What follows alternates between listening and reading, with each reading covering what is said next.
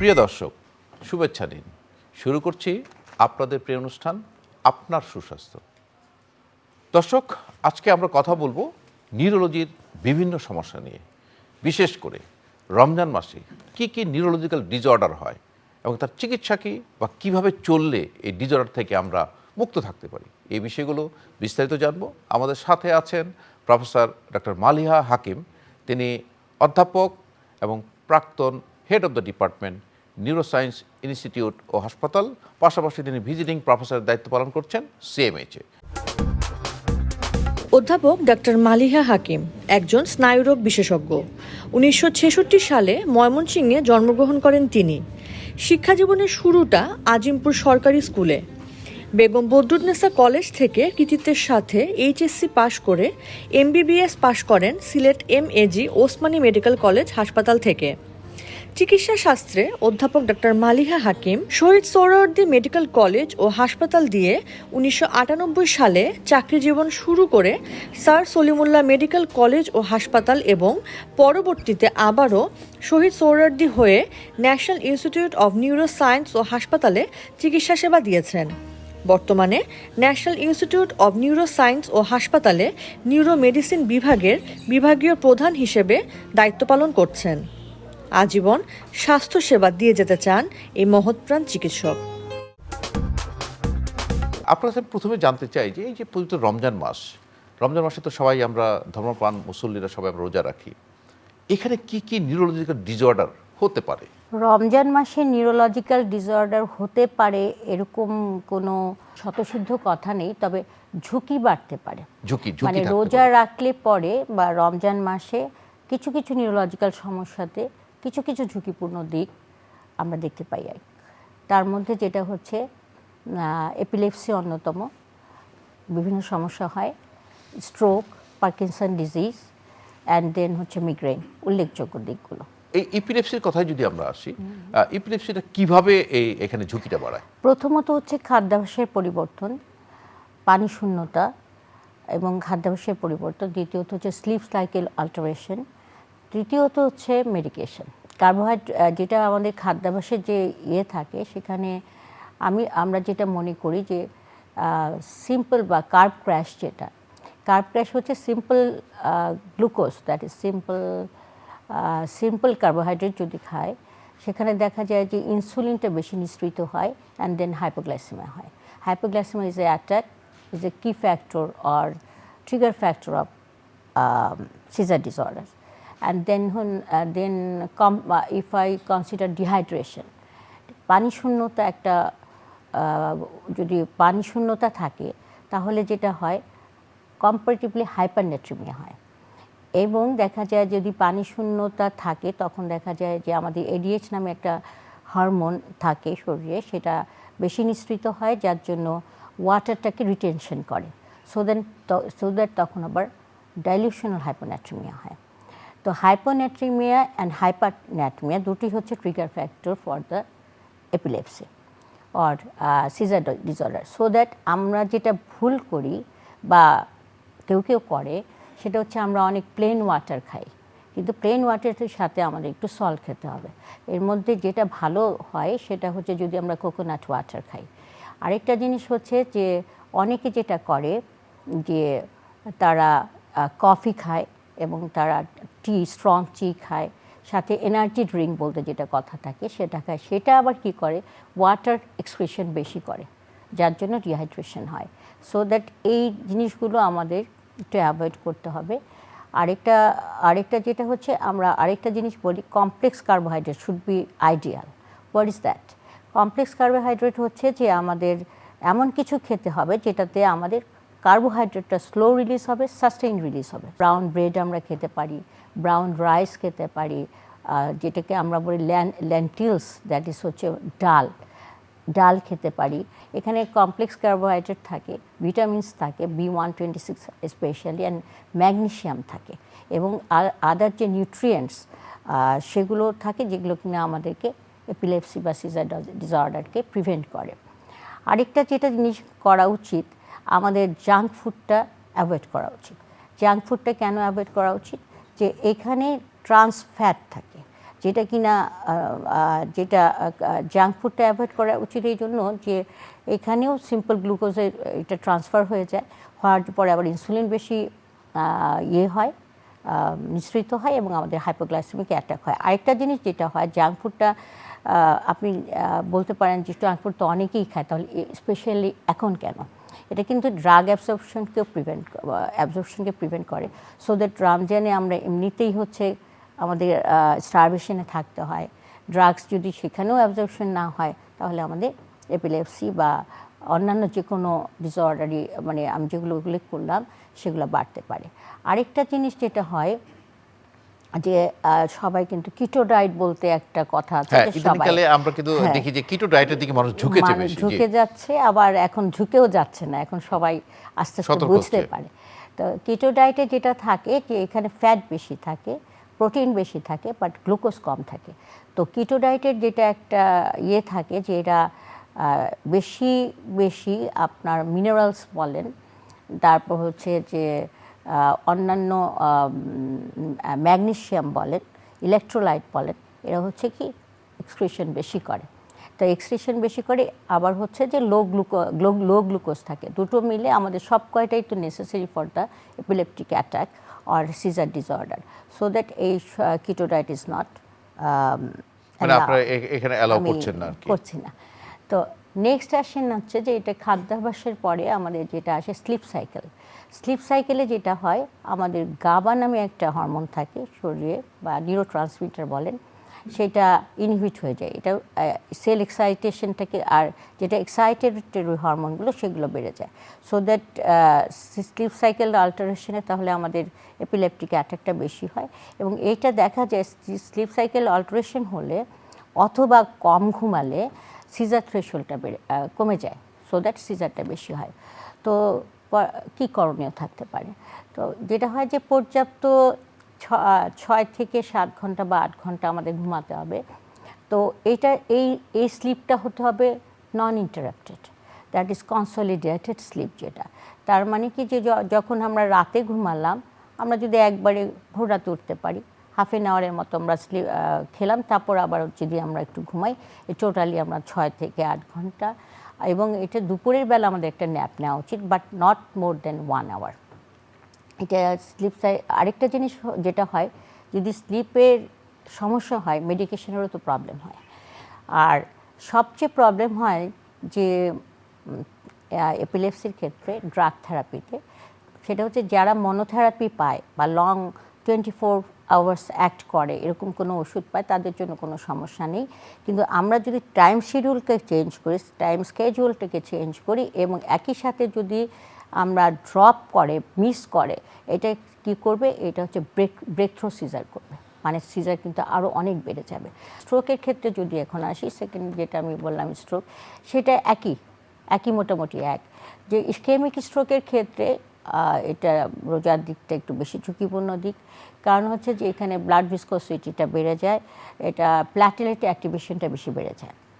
Activation বেড়ে গেলে প্ল্যাটেলেট aggregation হয়, সো দ্যাট ইসকেমিক স্ট্রোক হয়। এখানে খাদ্যাভ্যাসগুলো হচ্ছে সেম, যাদের অ্যারিথমিয়া থাকে তাদের কিন্তু অ্যারিথমিয়াটা বেড়ে যায়। আর খাদ্যাভ্যাস যেটা বললাম সব কিছু সেম, যেমন হচ্ছে যাদের কমপ্লেক্স কার্বোহাইড্রেট খেতে হবে, আপনার ওয়াটার ইনটেক, সাথে আমাদের একটু সল্ট জাতীয় কিছু খেতে হবে। তারপর হচ্ছে যেগুলো অ্যাভয়েড করতে বললাম একটু আগে, যে কিছু diet, junk food, and then হচ্ছে সিম্পল সুগার সেগুলো একটু অ্যাভয়েড করতে হবে। খাদ্যাভ্যাস একই, এবং এই প্রতিকার একই। আরেকটা হচ্ছে যে পার্কিনসন ডিজিজ। তো পার্কিনসন ডিজিজে যেটা হয় আমাদের তো জানি আমরা, যে একটা স্টিফনেস ডেভেলপ করে, আমাদের ট্রেমর হয়, এবং সেই ক্ষেত্রে আরেকটা হয় হচ্ছে ব্র্যাডিকাইনেশিয়া বা চলন গতি স্থির হয়ে যায়। তো এই ক্ষেত্রেও কিন্তু আমরা মাল্টিপল ডোজে দিই, তো আবার সিঙ্গেল মনোথেরাপি মানে 24 আওয়ার্স আছে, কিন্তু যারা মাল্টিপল ডোজে খায় তাদের দেখা গেল যে আমরা যদি দেই, হয়তো বা কাঁপুনিটা বেড়ে গেল, হয়তো বা স্টিফনেসটা বেড়ে গেল। তো সেই জন্য যেটা আমাদের যারা মানে লং ডিউরেশনে কাজ করে, যাদের বায়োঅ্যাভেলেবিলিটিটা অনেকক্ষণ থাকে, সেই ক্ষেত্রে সেটা অতটা ফ্ল্যাকচুয়েশন হয় না বা খারাপ হয় না, ফ্রিকোয়েন্ট ডোজে দিতে হয়, তাদের ক্ষেত্রে এটাও অসুবিধা হয়। ইপিলেপসিতে আমরা যেটা আমাদের ভাষায় আমরা যেটা বলি মৃগী রোগ, Yeah. তো এই মৃগী রোগ বা ইপিলেপসি এটা আসলে যেটা হয় যে একটা সিজার হয়, একটা কনভালশন হয়। আমরা জানি যে ধরেন উনি বললো 1 বছর আগে হয়েছে, এর মধ্যে হয়নি, আবার সে মেডিকেশনে আছে। তো এই ইপিলেপসির যে যারা রুগী, তাদের ইপিলেপসির থেকে মানে সিজার অ্যাটাক না হওয়ার জন্য আপনার কি কি ওষুধ দিয়ে থাকেন এবং কত দিনের জন্য দিয়ে থাকেন? Epilepsy and seizure is a different term. Seizure যদি একদিনও 24 ঘন্টা হয়, তাকে কিন্তু আমরা এপিলেপসি বলবো না। যদি 24 আওয়ার্সে অ্যাপার্টে হয়, তাহলে আমি তাকে এপিলেপসি বলবো। তাহলে ড্রাগস শুরু করতে হবে কখন? যখন এপিলেপসি হবে। একটা সিজারে কিন্তু আমরা করব না। একটা সিজার বা মাল্টিপল সিজার তো অনেক মেটাবলিক কারণেও হতে পারে, মেটাবলিক ডিরেঞ্জমেন্টের জন্য হতে পারে। ওটা কারেকশন করলে সেটা it's not epilepsy, that is seizure attack. তো যখন 2-এর বেশি বা 2 আর 2-এর অ্যাটাক বেশি হবে, তখন তাকে আমরা এপিলেপসি বলবো, এবং তখন আমাদেরকে কিন্তু মাস্ট ওষুধ দিতে হবে। ইপিলেপসি বা মৃগী রোগের কথা আমরা বললাম, যে এটা আসলে আমরা দেখি যে দীর্ঘমেয়াদী চিকিৎসা, এবং কার কখন অ্যাটাক হয় আমরা রাস্তাঘাটেও দেখি অনেক মানুষ পড়ে আছে, খিঁচিনি হচ্ছে। আবার একটা প্রবণতা থাকে যে অনেকে জুতা নিয়ে দৌড়াচ্ছে, অনেকে স্যান্ডেল নিয়ে দৌড়াচ্ছে। এই যে ইপিলেপসি রোগী, এদের ব্যাপারে কি করা উচিত আসলে?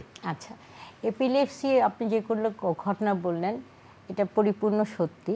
প্রথমে আসি যে এপিলেপসি আমরা কিভাবে ডায়াগনোসিস করব। আমি বললাম যে এপিলেপসি হচ্ছে more than 2 attack or 2 attack of সিজারকে আমরা এপিলেপসি হিসাবে বিবেচনা করি। এখন এপিলেপসি আমরা কিভাবে শনাক্তকরণ করব, না হলে তো ওষুধ দিতে পারবো না। তো এপিলেপসিকে আমরা শনাক্তকরণ করব প্রথমত ক্লিনিক্যালি। আচ্ছা, ক্লিনিক্যালি যদি বলতে যাই, এটার পাশাপাশি আরেকটা জিনিস আসে সুডোসিজার। রাইট। হ্যাঁ, এখন সুডোসিজারেও কিন্তু আমরা ক্লিনিক্যাল প্যাটার্ন দেখে আমরা এটা করব। তো সুডোসিজারের মেইন জিনিসটা এখানে আজকে অল্প সময়ের মধ্যে বলি, যে সুডোসিজার যেটা হয় যে পেলভিক থার্সিং রিদম, আমরা তো এটার যে প্যাটার্ন অফ কনভালশন বা প্যাটার্ন অফ মুভমেন্ট দেখে বলতে পারি তো এপিলেপসি কোনটা। তো সুডোসিজারে দেখা যায় যে পেলভিক থার্সিং থাকে, আপরোলিং অফ দ্য আইবল থাকে না, স্যালাইভেশন থাকে না, ইনকন্টিনেন্স হয় না। তো সেইগুলো থেকে, এবং আরেকটা ল্যাবে যেটা আমরা করি যে কনভালশন হওয়ার 30 মিনিটসের মধ্যে আমরা প্রোল্যাকটিন নামে একটা পরীক্ষা করি, সেটা দিয়ে আমরা সুডোসিজারকে ইয়ে করতে পারি আর কি, ডিফারেন্সিয়েট করতে পারি। আরেকটা জিনিস সুন্দর আপনি যেটা বললেন, সেটা হচ্ছে যে অনেকে জুতা শুকায়, অনেকে রাস্তাঘাটে আমরা দেখি। নেওয়ায়। জি। তো সেই ক্ষেত্রে এই এপিসোডটা যদি উঠে যায়, তাহলে কিন্তু আপনার অনেকে চামচ দেয়। চামচ দিয়ে কোনো লাভ নাই, জুতা শুকায় তো লাভই নেই। ওরা মনে করে এক্সট্রিম, মানে এইটা দিলে হয়তো ভালো হবে, এটা করেও লাভ নেই। এপিসোডটা যদি একবার হয়, এটা হবেই। সেই ক্ষেত্রে যেটা করতে হয় সাধারণত, পজিশনটা লেফট ল্যাটারাল বা রাইট ল্যাটারাল করে দিতে হয়। সো দ্যাট হবে কি, যে আপনার স্যালাইভেশনটা লাংসে যাবে না। আর tongue bite is very early, এটা অনেক আগে হয়ে যায়, যার জন্য ওই যখন আমরা দেই, চামচ বা কিছু দেই, বরঞ্চ এটাতে খারাপ হয়। তো আরেকটা জিনিস যেটা করতে হয়, চারিদিকে যতগুলো ধারালো জিনিস থাকে, আমার মনে হয় যে অবশ্যই সেগুলো সরাই দিতে হয়। আর পেশেন্টকে সাফোকেটেড করতে হবে না, কারণ আপনি যখন একদম হুমড়ি খেয়ে পড়বেন, সে আরও সাফোকেশন হবে। এটা হচ্ছে প্রাইমারি। আর ড্রাগসের ক্ষেত্রে যেটা বলছেন, যে এপিলেপসি হলে লং টাইম ড্রাগস খেতে হয়। সেটা কেন? যে আমরা দেখি যে 3 বছর সে খিঁচুনি ফ্রি থাকলো, খিঁচুনি ফ্রি থাকার পরে পরবর্তী 6 মাসে আমরা এটা ট্যাপার করে নিয়ে নিই। আর আরেকটা জিনিস হচ্ছে যে যদি আমরা কোনো স্ট্রাকচারাল অসুবিধা পাই, দ্যাট ইজ আমরা এমআরআই কোনো অসুবিধা পেলাম, সেক্ষেত্রে আমাদের কিন্তু অনেকের ক্ষেত্রে লাইফ লংও লাগে। আর ইজি কথাটা অনেকের কাছে আসে, ইজি কিন্তু আপনার ডায়াগনস্টিক না। কিছু কিছু জিনিসের জন্য কিছু কিছু এপিলেপসির জন্য ডায়াগনস্টিক, যেমন অ্যাবসেন্স সিজারের জন্য হতে পারে। তারপর কিছু আরও কিছু এপিলেপসি থাকে যেটার জন্য ইইজি ডায়াগনস্টিক। কিন্তু এপিলেপসিকে ইইজি দেখা যায় যে 40% নর্মাল পেশেন্টের ইইজি অ্যাবনর্মাল আসতে পারে, আবার 40% অ্যাবনর্মাল মানুষেরও নর্মাল হতে পারে। স্লো ভাইরাল ইনফেকশন আছে কিনা, এগুলো আসলে আমরা প্যাটার্ন দেখে বুঝতে পারি, সো দ্যাট আমরা সেটা করে থাকি। তো ধরেন আমরা ইফতার সময় অনেক খাওয়া দাওয়া করি, অনেক ফাস্ট ফুড, রিচ ফুড খাই। কিছুক্ষণ আগে যেটা বললাম যে এখানে সিম্প্যাথেটিক অ্যাক্টিভিটি বেড়ে যায়, সো দ্যাট ব্লাড প্রেশারটা বেড়ে যায়। তো ব্লাড প্রেশার বাড়ে, তো কখনো আপনার যেহেতু না খাওয়া অবস্থায় সিম্প্যাথেটিক অ্যাক্টিভিটি বাড়ে, তখন ব্লাড প্রেশার বাড়লো, আবার হচ্ছে ব্লাড প্রেশার কমলো। আবার আরেকটা হচ্ছে যে প্ল্যাটেলেট অ্যাগ্রিগেশন বেড়ে যায়। প্ল্যাটেলেট হচ্ছে একটা রক্তকণিকা, যেটা কিনা অ্যাগ্রিগেট করলে রক্তের, আমি যদি সোজা সহজ ভাষায় বলি, রক্তের চাকা হয়। তো এটাই ব্লাড ফ্লোটাকে বা ব্লাডটাকে বাধাগ্রস্ত করে, তখন ইসকেমিক স্ট্রোক বেশি হয়। আবার দেখা যায় যে যারা খাচ্ছে না বা পানি শূন্যতা আছে, লাইক দিস তাদের দেখা যায় যে আপনার ইনসুলিন রেজিস্ট্যান্স বা ইনসুলিন ভালোভাবে কাজ করছে না, তখন তাহলে কী হবে, ডায়াবেটিসও ভালো করে নিয়ন্ত্রণ হবে না।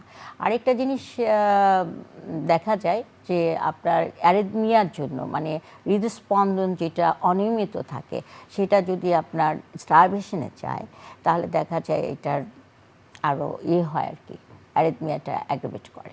তো এই সমস্ত কারণে আমাদের স্ট্রোকের ঝুঁকিটা বাড়ে। অনেকে কী করে যে আপনার শরবত খায় না, অনেক শরবত তো খায়, তো এটা কি সুগার, তো এটা কমপ্লেক্স কার্বোহাইড্রেট না, তো অনেক কিছু কার্বোহাইড্রেট জাতীয় জিনিস খেলো, তখন কি হবে যে আপনার ইনসুলিনটা কি হলো, বেশি নিঃসৃত হবে, হলে গ্লুকোজটা কমে যাবে। সো দ্যাট এইগুলো আসলে যে খাদ্যগুলো আমি বললাম যে কার্ব ক্র্যাশ, দেন হচ্ছে keto diet, junk food, simple carbohydrate, it should be avoided. Complex carbohydrate খেতে হবে। কমপ্লেক্স কার্বোহাইড্রেট কি, একটু আগে বললাম যে আপনার ব্রাউন রাইস, ব্রাউন ব্রেড, দেন হচ্ছে লেন্টিলস, তারপর হচ্ছে ওটস, হ্যাঁ, এগুলো বেশি ভালো কার্বোহাইড্রেটের ক্ষেত্রে। তারপর water intact, but with salt, some salt.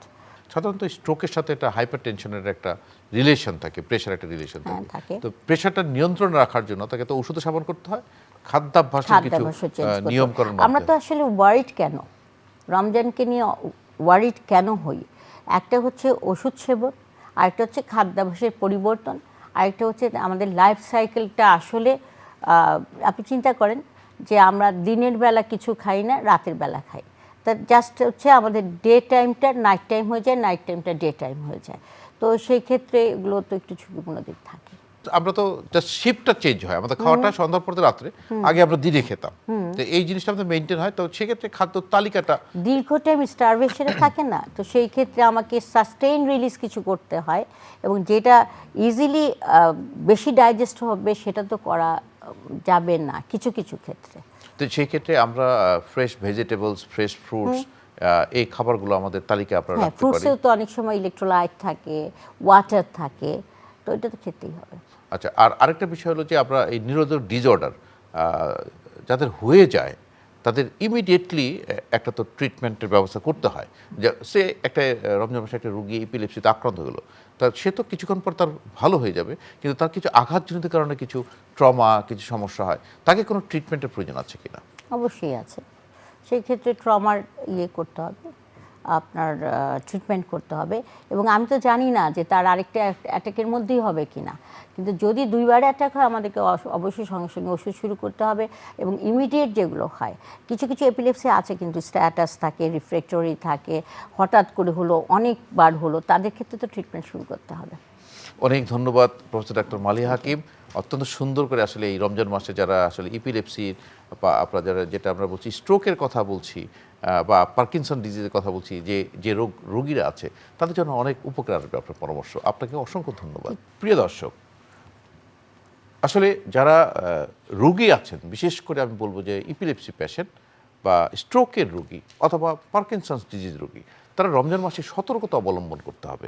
আপনার ওষুধ ক্যাজুয়াল, ওষুধ শিডিউল নিয়মিতভাবে আপনাকে ব্যবহার করতে হবে। আপনার রোগ থেকে দূরে থাকার জন্য, আপনার সিজার অ্যাটাক না হওয়ার জন্য আপনাকে ওষুধ নিয়মিত এবং পরিমিত এবং সঠিক মাত্রায় সেবন করতে হবে। দর্শক, ভালো থাকুন, সুস্থ থাকুন, নিরাপদেই থাকুন।